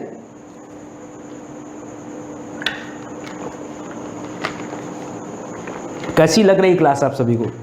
उम्मीद करता हूं अच्छी ही लग रही होगी। ठीक है, और आप हमारे साथ प्रैक्टिस करते चलें, जैसे आपको पढ़ाया जा रहा है इत्मीनान से पढ़ते चलें। एक कंडीशन मेरी याद रखिए, अगर किसी बच्चे को, किसी सिंगल बच्चे को भी ऐसा लगता है कि सर कोई ऐसा टॉपिक है जो नहीं समझ में आ रहा है, कोई भी प्रॉब्लम हो, देखो मैं लास्ट टाइम आपसे एक चीज मांगूंगा, मुझे वर्दी चाहिए। मैंने क्या कहा? मुझे वर्दी चाहिए। मुझे जितना मेहनत करना होगा इस क्लास को 1.5 नहीं 2 घंटे नहीं, मैं 4-4 घंटे पढ़ाने के लिए राजी हूं, लेकिन मुझे वर्दी चाहिए। आपको जो चाहिए आपको मैं सब कुछ दूंगा। आप बताओ सर मेरा ये पॉइंट कमजोर है, सर यही वो विषय है, यही वो टॉपिक है जो सर मुझे समझ में नहीं आता, आप पर्टिकुलर कमेंट करो। ठीक है, इसी वीडियो पे कमेंट करो, आपके पास एक कमेंट सेक्शन दिया गया होगा, वो सारे कमेंट हमारे तक आते हैं, मैं एक एक कमेंट रीड करूंगा और मैं आपकी समस्या का समाधान भी करूंगा।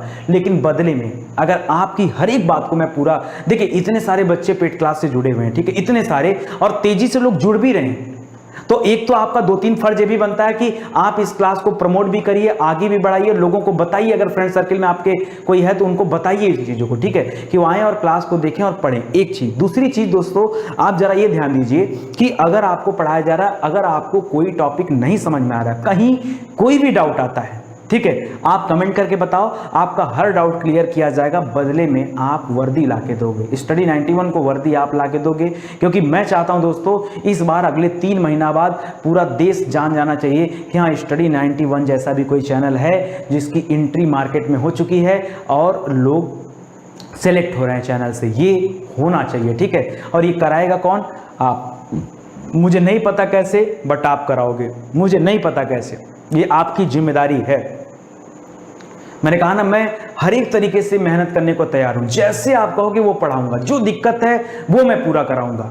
आप बताओ मुझे कि हाँ सर मैथ में प्रॉब्लम हो रही है, रीजनिंग में हो रही है, सर कंप्यूटर में हो रही है, अभी तो पूरी क्लासेस आपकी चलेगी, सिर्फ 2 दिन हुआ है, सिर्फ 2 दिन, आगे सोचो पूरा समय बचा हमारे पास। बाकी के 3 महीना नितिन सर क्या करेंगे? क्या बंद हो जाएगी क्लास? नहीं, बंद नहीं होगी, कंटिन्यू 90 डेज तक आपके साथ रगड़ के मेहनत करने वाले, कोई संडे नहीं, कोई छुट्टी नहीं। क्या करेंगे छुट्टी लेके? हाँ क्या छुट्टी? कोई संडे नहीं, कोई छुट्टी नहीं, दिन भर आप जो है कम से कम 4 से 5 घंटा आप स्टडी 91 पर जमे रहिए। बाकी और भी वीडियोज हैं, आप जाकर स्टडी 91 के यूट्यूब प्लेटफॉर्म से आप जाकर चीजों को देख सकते हैं। ठीक है, यहाँ तो एग्जाम ओरिएंटेड बातें हो रही हैं, आपके एग्जाम के पॉइंट ऑफ व्यू से बातें हो रही हैं, आप जाके वहां से जुड़िए और चीजों को देखिए। चलिए आगे बढ़ते हैं दोस्तों। गुप्त राजाओं ने सर्वाधिक स्वर्ण मुद्राएं जारी किया। बताया तो सोने को लेकर के 2 बातें आती हैं, एक तो शुद्ध सोने का सिक्का किसने जारी किया? तो कुषाणों ने जारी किया, और सर्वाधिक सोने का सिक्का किसने जारी किया? तो गुप्त शासकों ने जारी किया। ठीक है, ये भी याद रखिएगा। गुप्त शासकों ने अजंता की गुफाओं का भी निर्माण कराया था। अजंता जिसे कोई नहीं जानता, गुप्त शासक, ठीक है, तो याद रखिएगा वो भी इंपॉर्टेंट है। आगे देखिए, पहली बार किसी ने सती होने का प्रमाण 510 में दिया, वही भानुगुप्त जो थे उन्हें संबंधित है। एरड़ अभिलेख नाम है, इसको ध्यान दीजिएगा, ठीक है। गुप्त काल में वेश्यावृत्ति करने वाली महिलाओं को क्या कहा जाता? तो जो वेश्यावृत्ति वाली महिलाएं होती थी उनको गुप्त काल में गणिका बोलते थे। क्या बोलते थे? गणिका कहा जाता था, तो ध्यान रखिएगा। आगे बढ़ते हैं दोस्तों और गुप्तोत्तर काल के शासन के बारे में चर्चा करते हैं। लिख रहा है चीनी यात्री वेनसांग किसके शासन काल में आया था? हर्षवर्धन के शासन काल में आया था। ह से वेनसांग, ह से हर्षवर्धन, ठीक है। गुर्जर प्रतिहार साम्राज्य की स्थापना किसने किया था? देखिए, गुर्जर प्रतिहार कहिए या फिर राष्ट्रकूट वंश कहिए, इसकी स्थापना किसने किया था? किसने किया था जल्दी बताओ? दंती दुर्ग ने किया था, ठीक है। क्या नाम था? दंती दुर्ग ने किया था, इंपॉर्टेंट है। मौखरी शासकों की राजधानी कहां पर थी? कन्नौज हुआ करती थी। कन्नौज को इत्र नगरी कहा जाता है, बाद में प्रसिद्ध होगा इत्र नगरी के नाम से, ठीक है। आज भी प्रसिद्ध है इत्र नगरी के नाम से, वहां पर इत्र बनता है। इत्र माने परफ्यूम, सेंट, ठीक है। तो याद रखें मौखरी शासकों की राजधानी हुआ करती थी। सम्राट हर्षवर्धन ने अपने शासन काल में कन्नौज तथा प्रयाग में 2 बौद्ध महासम्मेलनों का आयोजन किया था, ठीक है। दोस्तों इस तरह के बहुत सारे वो आयोजन करते रहते थे जिसमें अलग अलग धर्म के महान महान लोगों को बुला करके वो चर्चा करते थे धर्म पर, ठीक है। तो ये भी याद रखिए, इंपॉर्टेंट है। 3री शताब्दी में वारंगल किसके लिए प्रसिद्ध था? वारंगल जो जगह था दोस्तों वो लोहे के उपकरणों के लिए फेमस था। उपकरण माने क्या? उस समय टीवी, एसी, फ्रिज थोड़े मिलता था, वॉशिंग मशीन थोड़े आता था। अरे वो लोहे के जो यंत्र बनते थे, अब लड़ाइयां करने के लिए सब बनते थे, वारंगल उन्हीं के लिए प्रसिद्ध हुआ करता था 3री शताब्दी में, ठीक है। हर्षचरित नामक पुस्तक के रचयिता कौन है? वैसे जब कभी हर्षचरित किताब का नाम आता है ना, लोग ज्यादातर दिमाग में ही रखते हैं कि लगता है हर्षचरित की रचना हर्षवर्धन ने किया है। गलत हो जाएगा दोस्तों। हर्षचरित की रचना बाणभट्ट ने किया। मैं कई बार आपको पढ़ाया हूं, हर्षचरित की रचना किसने किया है? बाणभट्ट ने किया है। हर्षवर्धन ने प्रियदर्शिका का नाम सुना होगा, नागनंद का नाम सुना होगा, ये सब की रचना किया है, ठीक है। कराय राजा हर्षवर्धन ने अपनी राजधानी थानेश्वर से कहां स्थापित किया था? तो मौखरी वंशों की राजधानी कन्नौज थी, वहीं पर बाद में इन्होंने अपनी भी राजधानी ट्रांसफर कर लिया था, ठीक है। वेनसांग ने किस राजा के शासनकाल में भारत आया था? हर्षवर्धन के शासनकाल में। सिंपल है। हर्षवर्धन के 3 नाटक या 3 रचनाएं कौन सी है? प्रियदर्शिका, रत्नावली और नागानंद, ठीक है, नागानंदन। तो याद रखेगा ये तीनों इंपॉर्टेंट है, प्रियदर्शिका, रत्नावली और नागानंदन, ठीक है। बाकी जो क्या था, बाणभट्ट था, वो उन्होंने अलग रचना किया, ठीक है। आगे देखिए, नालंदा विश्वविद्यालय को किसने नष्ट किया? बनवाया था किसने? कुमारगुप्त ने। नष्ट किसने किया? मोहम्मद गौरी का गुलाम है, आगे चल के नष्ट करेगा, उसका नाम है कुतुबुद्दीन बख्तियार खिलजी। क्या नाम है? कुतुबुद्दीन बख्तियार खिलजी। तो उसको भी याद रखिएगा, बख्तियार खिलजी के नाम से भी जाना जाता है, ठीक है। पल्लव वंश का संस्थापक कौन था? ये इसका पल्लव वंश, पल्लव याद रखे, पल्लवों ने मामल्लपुरम में रथ मंदिरों का निर्माण कराया, बहुत इंपॉर्टेंट है। पल्लव शासकों का संस्थापक कौन था? सिंह विष्णु। 275 ये वही समय दोस्तों, अभी देखिए जब गुप्त वंश वाला चल रहा था काम, ठीक है। 375 में चंद्रगुप्त विक्रमादित्य का नाम सुना होगा ना, ठीक है, तो उसको भी ध्यान दीजिएगा। इस समय गुप्त वंश बन चुका था, 240 से 280 तक चला था ना, तो ध्यान दीजिएगा। ये गुप्त वंश में जो श्रीगुप्त थे संस्थापक, उनके समय की बात कर रहा हूं। तो याद रखिए पल्लव वंश के संस्थापक कौन थे? सिंह विष्णु थे, और इसकी जो राजधानी थी एक कांचीपुरम थी, कांची, ठीक है, दक्षिण भारत में कांचीपुरम है, आप जानते होंगे। पल्लव वंश का अंतिम शासक कौन है? अपराजिता नाम है, अपराजिता, ठीक है। वैसे अपराजिता माने होता है जब कभी पराजित न हुआ हो, ठीक है, तो याद रखिएगा, इंपॉर्टेंट है। मत्त विलास प्रहसन के रचनाकार कौन है? इसके रचनाकार है महेंद्र वर्मन जी। इस बार आपका जो बीईओ की एग्जाम हुआ था उसमें महेंद्र वर्मन का नाम पूछा था, ठीक है। तो मत्त विलास प्रहसन के रचनाकार है महेंद्र वर्मन। राजा थे, उसके बाद भी इन्होंने लिखा मत्त विलास प्रहसन। नरसिंह वर्मन प्रथम, इनका भी नाम आया था। नरसिंह वर्मन प्रथम ने वातापी कोंडा की उपाधि भी धारण किया था, ठीक है, ये भी इंपॉर्टेंट है, तो ध्यान दीजिएगा। आगे देखिए, नरसिंह वर्मन का नाम सुना होगा आपने, कोणार्क के सूर्य मंदिर से जुड़ा हुआ इनका नाम है, वो भी ध्यान दीजिएगा। चालुक्य, अब देखिए 2 तरह के चालुक्य थे, एक वातापी के चालुक्य हैं, कल्याणी के चालुक्य। आपको ध्यान देना है प्रश्न कहां पूछा जा रहा है। लिख रहा वातापी के चालुक्य वंश की स्थापना जय सिंह ने किया था, और इनकी राजधानी क्या थी? वातापी। कल्याणी वालों की राजधानी कल्याणी थी, इसलिए उन्हें कल्याणी का चालुक्य कहा जाता है। करा इस वंश के प्रमुख शासक कौन थे? आपने नाम सुना होगा पुलकेशिन प्रथम का, पुलकेशिन द्वितीय का। दोस्तों इनकी लड़ाई किसके साथ हुई थी? थी? हर्षवर्धन के साथ हुई थी। पुलकेशिन द्वितीय की लड़ाई हुई थी हर्षवर्धन के साथ। नर्मदा नदी के तट पर इन्होंने हर्षवर्धन को हराया था, ठीक है, वो भी इंपॉर्टेंट है, ध्यान दीजिएगा। पुलकेशिन प्रथम पहला राजा था, कीर्तिवर्मन दूसरा था, पुलकेशिन द्वितीय तीसरा था, विक्रमादित्य हो गया, फिर विनयादित्य हो गया, फिर विजयादित्य हो गया, ठीक है। विक्रमा, फिर विनया, फिर विजया, ये तीनों याद रखेगा।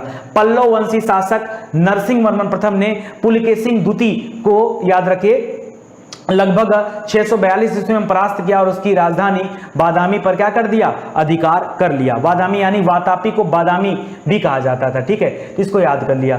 संभवतः इसी युद्ध में पुलकेशिन द्वितीय मारा गया, क्योंकि इसके बाद कभी पुलकेशिन द्वितीय का वर्णन नहीं मिलता। यही पुलकेशिन द्वितीय ने हर्षवर्धन को नर्मदा नदी के तट पर हराया था, वो भी आप याद रखेगा। और नरसिंह वर्मन ने इनको मारने के बाद वातापी कोंडा की उपाधि धारण किया, उसको भी ध्यान दीजिएगा।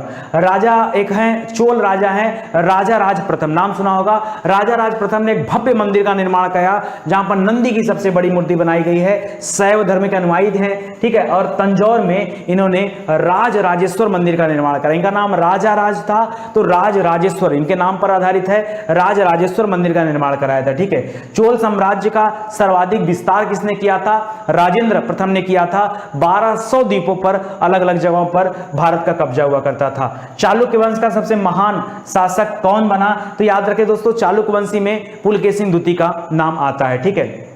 आगे देखिए, दक्षिण भारत का कौन सा राजवंश अपनी नौसैनिक शक्ति के लिए प्रसिद्ध था? तो चोल वंश दोस्तों, ये अपनी नौसैनिक शक्ति के लिए और ग्राम स्वशासन, दोनों याद रखिएगा, ग्राम स्वशासन और नौसैनिक शक्ति, कभी दोनों में से कुछ भी पूछ सकता है, ठीक है। चोल वंश उसके लिए जाना जाता था। मामल्लपुरम में रथ मंदिरों का निर्माण किसने कराया? पहले ही बताया, मामल्ल, वैसे पल्लव, ठीक है, ल याद रखेगा, तो ल ये पल्लव वंशी शासकों द्वारा कराया गया। महाबलीपुरम में रथ मंदिरों का निर्माण भी पल्लव शासकों के द्वारा ही कराया गया। और अगर एग्जैक्ट नाम पूछे तो नरसिंह वर्मन प्रथम का नाम आप यहां पे याद रखेगा। कवि कालीदान के नाम, कवि कालीदान के नाम का उल्लेख किस लेख में हुआ है दोस्तों? तो याद रखिए, कालीदान नहीं, कालिदास होगा। यहां पे हम भी कहें यार कौन कालीदान आ गया, ऐसा कोई तो था नहीं, ठीक है। तो कवि कालिदास हैं। कालिदास चंद्रगुप्त विक्रमादित्य के यहां पर उनके राजदरबार में उनके नवरत्नों में से एक थे। तो याद रखिए, यहां पर जो एहोल अभिलेख है उसमें इनका उल्लेख मिलता है। तमिल रामायणम का नाम सुना होगा अथवा रामावतारम का नाम सुना होगा। इसके लेखक कौन है? तो नाम है कंबन। कंबन ने लिखा है तमिल रामायण, जिसमें जैसे भारत में वाल्मीकि जी को जाना जाता है, वैसे याद रखें दक्षिण भारत में तमिल रामायण के लिए कंबन को जाना जाता है। चोल दक्षिण भारत में उत्तम ग्राम प्रशासन के लिए जाना जाता था और नौसेना के लिए, दोनों बता दिया। तो क्वेश्चन यहीं से बनेंगे, कहीं बाहर से नहीं आने वाले हैं। दक्षिण भारत को प्रसिद्ध तक्कोलम का युद्ध किनके मध्य हुआ था? दोस्तों, तक्कोलम का युद्ध बड़ा खतरनाक युद्ध था। ये चोलों और राष्ट्रकूट शासकों के बीच में हुआ था, फिर कहानी खत्म हो गई थी यहां पर चोलों की, ठीक है। तक्कोलम याद रखेगा, इंपॉर्टेंट है। वह बंदरगाह जिसका उल्लेख पोडू के नाम से किया गया है, Periplus of the Arabian Sea Erythraean Sea भी कहा जाता है। अरिका मेडू का नाम सुना होगा आपने, इसको याद रखेगा, अरिका मेडू, ठीक है। मेडू से अरिका मेडू याद रखेगा। तोलकप्पियम ग्रंथ दोस्तों किससे संबंधित है? यह दक्षिण भारतीय ग्रंथ है जिसमें व्याकरण और तमिल व्याकरण के बारे में बताया गया। तोलकप्पियम याद रखेगा। और कंबन का तमिल रामायण भी आप याद रखेगा। प्राचीन तमिल देश में उपजाऊ कृषि भूभाग को क्या कहा जाता था? इसको बोलते थे, जो उपजाऊ कृषि भूभाग होता था उस भूमि को ही मरुदम कहा जाता था। मरुदम मतलब खूब दम लगा के, उसमें मरुस्थल नहीं है, ठीक है, मरुदम, ठीक है, उपजाऊ भूमि होता था उसको मरुदम कहा जाता था। अब प्राचीन भारत में स्थापत्य कला के दृष्टिकोण से कौन कौन से प्रश्न आपसे पूछे जा सकते हैं, उनकी चर्चा भी हम लोग कर ही लेते हैं। समझ में आ रहा है? मजा आएगा यार, मजा नहीं आएगा तो क्या आएगा बताओ, ठीक है। पूरा जीएस नितिन सर के भरोसे छोड़ दो। आप कहोगे सर आप जिस स्पीड से पढ़ा रहे हो, मुझे तो ऐसा लगता है महीने भर में सारा कोर्स ना खत्म हो जाए। अरे कोर्स खत्म हो जाएगा तो हम कहां छोड़ के जा रहे हैं? 90 डेज में पूरे कोर्स का उठा पटक कर देंगे, ठीक है, मजा आ जाएगा। जीएस का धुआं धुआं करना है, ठीक है, कोई दिक्कत नहीं। कुल मिला के वर्दी लानी है ना, वर्दी लानी कि नहीं, तो स्ट्रेटजी में मेंटेन करके चलता हूं। देखो मैं ऐसा इंसान हूं, ठीक है, कि अगर मुझे पता है कि मेरे पास यहां पहुंचने के लिए 90 डेज का समय है तो मैं उसको 90 डेज मानता ही नहीं हूं। मुझे लगता है यार कि ये 90 दिन का काम, अगर 90 दिन आपके समय है और 90 दिन आप लेके चल रहे हो, पूरे भारत में सब 90 दिन लेके चल रहे हैं यार, सब 90 डेज लेके चल रहे हैं। ये बताओ जो काम सब कर रहे हैं वही काम आप करोगे, लिख के दे दूं सिलेक्शन नहीं होगा, लिख के दे दूं सिलेक्शन नहीं होगा। पूछो क्यों तो बता दूं, साबित कर दूंगा मैं।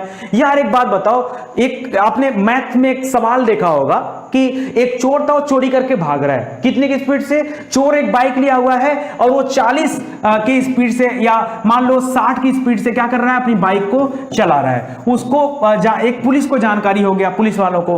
पुलिस वाले आधे घंटे बाद एक कार लेके निकले, एक बढ़िया कार लेके निकले। कितने स्पीड में? 60 की स्पीड में निकले, ठीक है। अब वो चोर को कब पकड़ पाएंगे? पूरे जीवन कभी नहीं पकड़ पाएंगे, पूरे जीवन वो कभी पकड़ नहीं पाएंगे। क्यों नहीं पकड़ पाएंगे?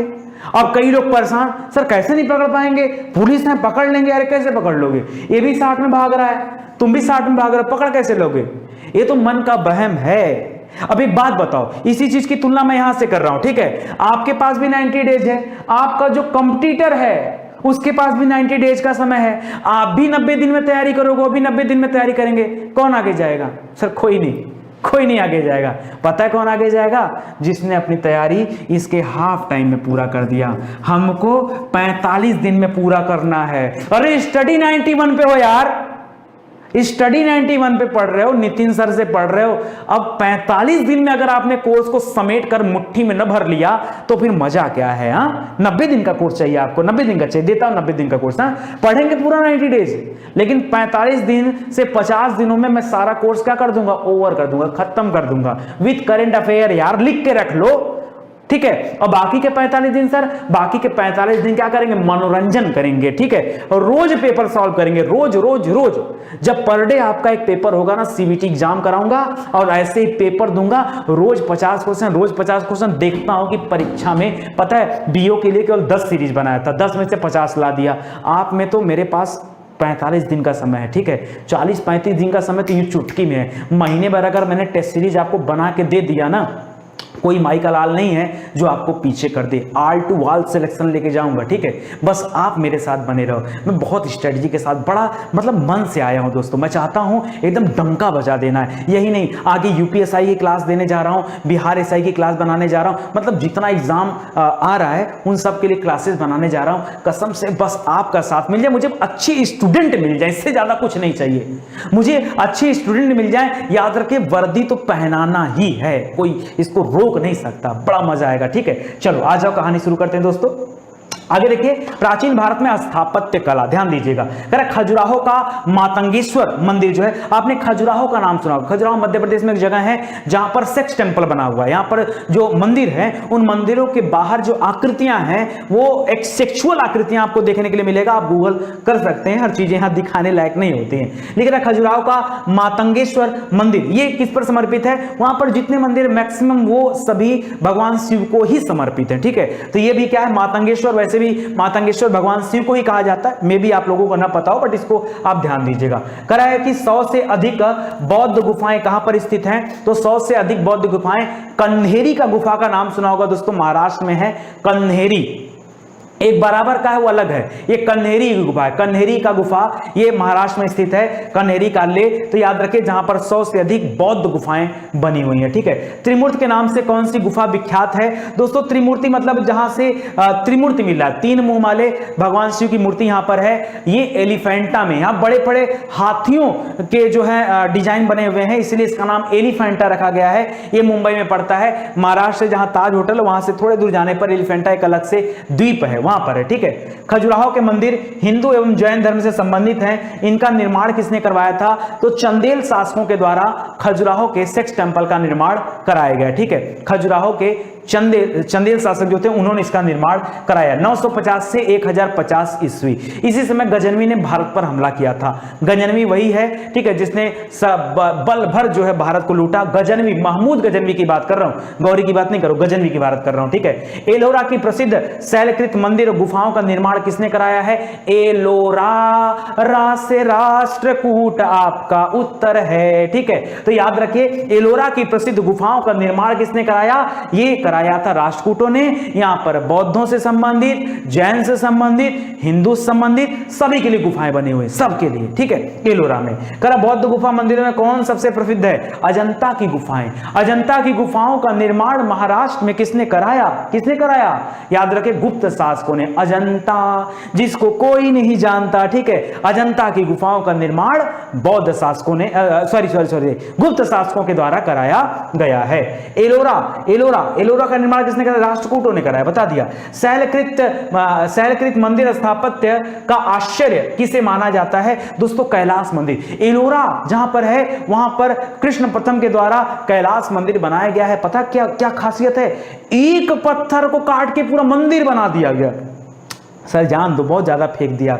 अरे फेंक नहीं दिया, एक बार गूगल कर लो, होश उड़ जाएंगे। मंदिर को देख करके अंदर से मन करेगा कि काश मौका मिल जाता, आज ही दिखाते हैं। कैलाश मंदिर दोस्तों उसकी खासियत है सिर्फ एक इतना बड़ा पत्थर जो पहले से वहां विद्यमान था, मतलब पहाड़ों को काट करके, मतलब पूरे पत्थर को ही काट करके एक मंदिर की संरचना देना, कितना कठिन। एकाश में पत्थर, एक पत्थर से पूरा मंदिर बनाया गया है। वो मंदिर कौन सा है? कैलाश मंदिर, भगवान शिव का मंदिर है। ठीक है, कृष्ण प्रथम ने इसको बनाया था, राष्ट्रकूट वंश के शासक थे। ठीक है, इसको याद रखिएगा। आगे बढ़ते हैं। कोणार्क का सूर्य मंदिर। ठीक है, कोणार्क कहां पर है? ये उड़ीसा में पड़ता है। कोणार्क में सन टेम्पल है, सूर्य मंदिर है। कराया इस सूर्य मंदिर का निर्माण किसने कराया? तो याद रखिए नरसिंह देव वर्मन ने कराया था। नरसिंह देव वर्मन ने कराया था। ठीक है, आगे देखिए। काला पैगोडा के नाम से किसे जाना जाता है? वही जो सन टेम्पल है, ठीक है, उसी को काला पैगोडा कहते हैं। ब्लैक पैगोडा पूछता है परीक्षा में, उड़ीसा में पड़ता है। ठीक है, मोढेरा का सूर्य मंदिर कहां पर है? वैसे सूर्य मंदिर कई जगह पे है, आपके उड़ीसा में है, जम्मू में है, आपके गुजरात में। मोढेरा वाला तो कहां पर है? गुजरात में। ठीक है, तो इसको भी याद रखेगा, इंपॉर्टेंट है। भुवनेश्वर तथा पुरी के मंदिर का निर्माण किसने कराया? लिंगराज मंदिर यहीं का फेमस है, भुवनेश्वर का। भुवनेश्वर राजधानी है उड़ीसा की, और पुरी में जगन्नाथपुरी जी का मंदिर है। तो लिख रहा है भुवनेश्वर तथा पुरी के मंदिर का निर्माण किस शैली में हुआ है? आपने सुना होगा बेसर शैली, नागर शैली। इनका निर्माण नागर शैली में हुआ है। किसमें? नागर शैली में हुआ है, ध्यान दीजिएगा। कह रहा उड़ीसा के भुवनेश्वर में स्थित लिंगराज मंदिर वहां के नष्ट हुए मंदिरों का सर्वाधिक बड़ा और सबसे ऊंचा मंदिर में से एक है। परीक्षा में पूछता है लिंगराज मंदिर कहां पर है? बताइए भुवनेश्वर में।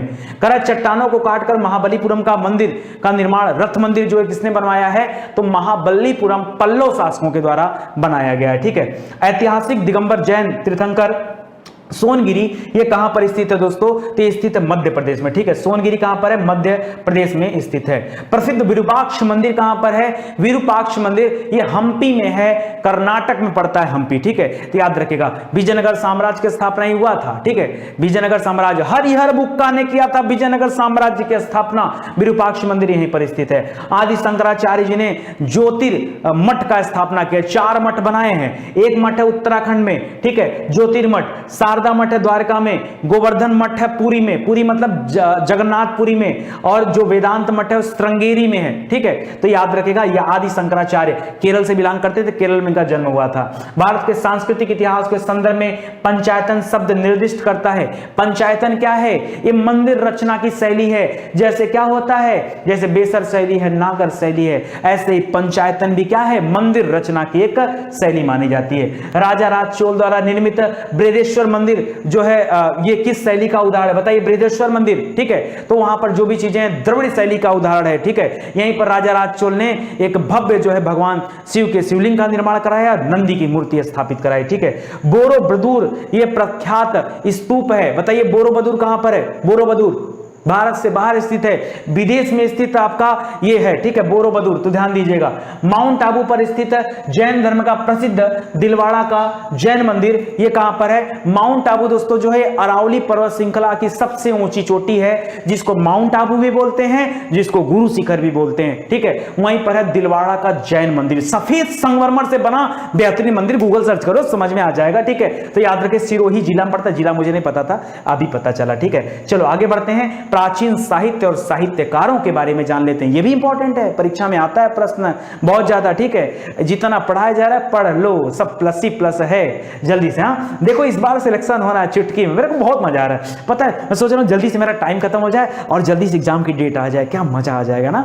ठीक है, एक हफ्ता बीतने दो, तबीयत खुश हो जाएगी आपकी। चलो, प्रसिद्ध हिंदू विधि के प्रसिद्ध पुस्तक है दायभाग, नाम सुना होगा, मिताक्षर और दायभाग का। दायभाग के रचयिता कौन है? जीमूत वाहन है। कौन है? दायभाग के जीमूत वाहन है। मोस्ट इंपॉर्टेंट है, ध्यान दीजिएगा। आगे देखिए कल्हड़, कल्हड़ द्वारा रचित राजतरंगिणी, जिसमें कश्मीर के इतिहास का वर्णन मिलता है, कश्मीर के इतिहास का वर्णन राजतरंगिणी में मिलता है, कल्हड़ द्वारा रचित है। इसका अगला भाग किसने बढ़ाया, तो दो इनके जो हैं नीचे वाले थे, एक का नाम है श्रीवर और एक का नाम है जोनराज। जोनराज हमेशा भूल जाता हूं मैं, ठीक है, राज यात्रा था, जोनराज भूल जाता हूं, जोनराज और श्रीवर, ठीक है। तो याद रखें कल्हड़ की राजतरंगिणी को आगे बढ़ाया था। पंचतंत्र की कहानियां का नाम सुना होगा, पंचतंत्र के रचना का नाम क्या है। पंचतंत्र एकमात्र ऐसी किताब है जिसका सबसे ज्यादा भाषा में अनुवाद किया गया। पूरे भारत में सबसे ज्यादा भाषा में अनुवाद किस किताब का हुआ है, पंचतंत्र का हुआ है, ठीक है, बहुत सारी भाषाओं में। और इसके रचनाकार का नाम क्या है, विष्णु शर्मा, गुप्ता मत करिएगा, विष्णु शर्मा आपका उत्तर हो जाएगा, ठीक है। अष्टाध्यायी का रचयिता कौन है, तो पाणिनि रचनाकार है अष्टाध्यायी का, याद रखेगा।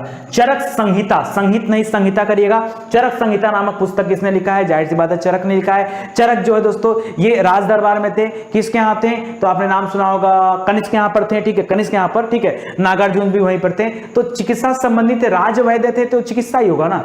पृथ्वीराज रासो के रचयिता कौन है, पृथ्वीराज रासो लिखा है चंद्रबरदाई ने। चंद्रबरदाई पृथ्वीराज चौहान तृतीय की लड़ाई का वर्णन करते हैं, तराइन वाली लड़ाई जो हुई थी, तराइन प्रथम तराइन द्वितीय, 1191 1192 लिखो भैया, नोट करो, ठीक है। 1191 में तराइन का प्रथम युद्ध हुआ, प्रथम युद्ध, ठीक है, और 1192 में तराइन का द्वितीय युद्ध हुआ, ठीक है। किसके किसके बीच में हुआ था, तो पृथ्वीराज चौहान तृतीय और मोहम्मद गौरी के बीच में हुआ था, ठीक है। तो याद रखेगा पृथ्वीराज रासो में उन्होंने वर्णन किया है, किसने, जो दरबारी इतिहासकार थे चंद्रबरदाई। 10 कुमार चरितम के लेखक कौन है, 10 कुमार चरितम परीक्षा में बहुत आता है, 10 से याद रखे, दंडी मार देंगे 10 डंडा टूट जाएगा, पढ़ाई लिखाई करो ध्यान से, ठीक है। दंडी याद रखेगा, दंडी ने रचना किया है 10 कुमार चरितम का।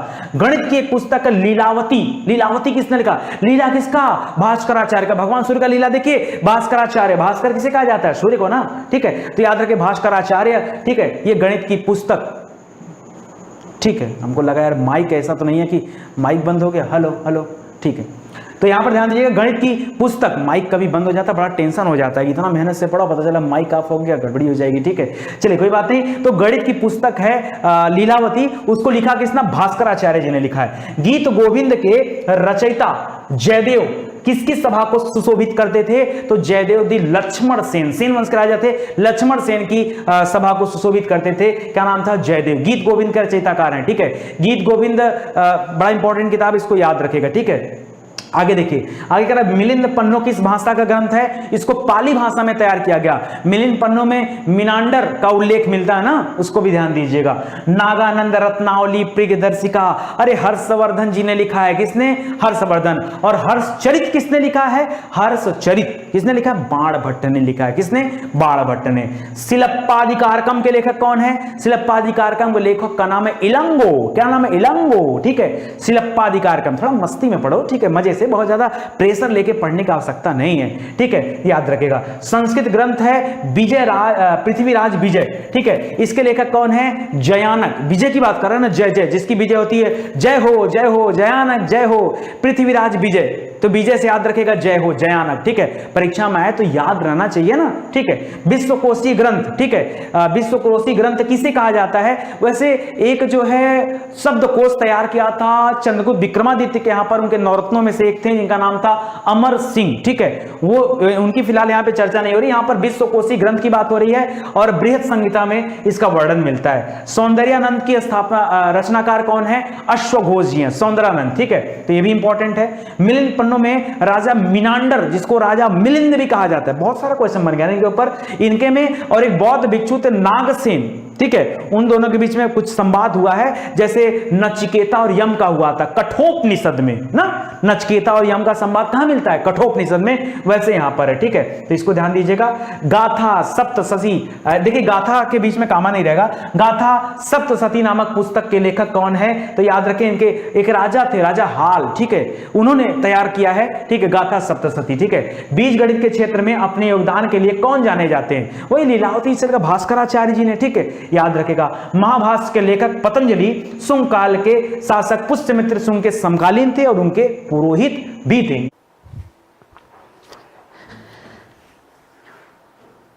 दोस्तों कैसा लगा ये सेशन आपको पढ़ करके? वाकई बहुत ही मजा आ गया होगा, शानदार, जोरदार, जबरदस्त। ठीक है, लगातार इस सेशन से जुड़े रहने के लिए सुबह 10 बजे एक्टिव रहिए हमारी यूट्यूब चैनल स्टडी 91 पर। देखिए ये सभी जो क्लासेज आपको दी जा रही है पहले से रिकॉर्डेड क्लासेज है। हम लोगों ने सोचा क्यों ना इसे बच्चों के बीच में डाल करके आपका थोड़ा और फायदा करा दिया जाए। तो वाकई आपको पढ़ने के बाद लग रहा होगा कि हाँ सर आपने जो दिया बिल्कुल बेहतर कंटेंट था, और बहुत सारे लोग तो आए होंगे और आके चले भी गए होंगे। ठीक है, क्योंकि पूरी क्लास देखने की सामर्थ्य शायद उनके अंदर ना हो, कोई बात नहीं, लेकिन आप डटे रहिए। अगर आपको एग्जाम क्वालिफाई करना है तो आपको डटे रहना होगा, मन से पढ़ाई करते चलिए। ऐसी वीडियोस हम आपके लिए लाते रहेंगे। एक चीज और कहना चाहूंगा दोस्तों, वीडियो अच्छा लगा हो तो वीडियो को शेयर जरूर से करिएगा, हर जगह इसको बढ़ाइए, चाहे आप स्टेटस पे लगाइए, व्हाट्सएप ग्रुप में डालिए, टेलीग्राम पर सेंड करिए, हर जगह इसको सेंड करिए ताकि ज्यादा से ज्यादा लोग स्टडी 91 से जुड़े और बेहतर तैयारी कर सके। दोस्तों जिन लोगों ने अभी तक स्टडी 91 का ऐप नहीं इंस्टॉल किया वो जल्दी से इंस्टॉल कर लें, इसके माध्यम से आपकी तैयारी और भी बेहतर हो जाएगी। क्यों?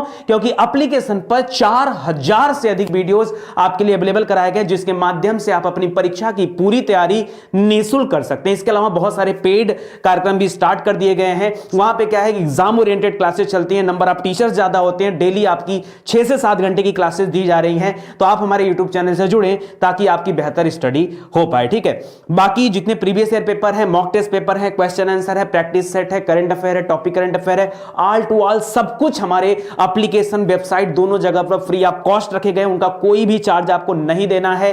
तो आइए आप हमारे यूट्यूब चैनल, हमारी वेबसाइट, हमारे एप्लीकेशन प्रोग्राम से जुड़िए और अपने जीवन को सही दिशा दीजिए। देखिए कुल मिला जुला करके सक्सेस पाना है, और सक्सेस पाना है तो कहीं ना कहीं किसी एक का हाथ पकड़कर आपको चलना होगा।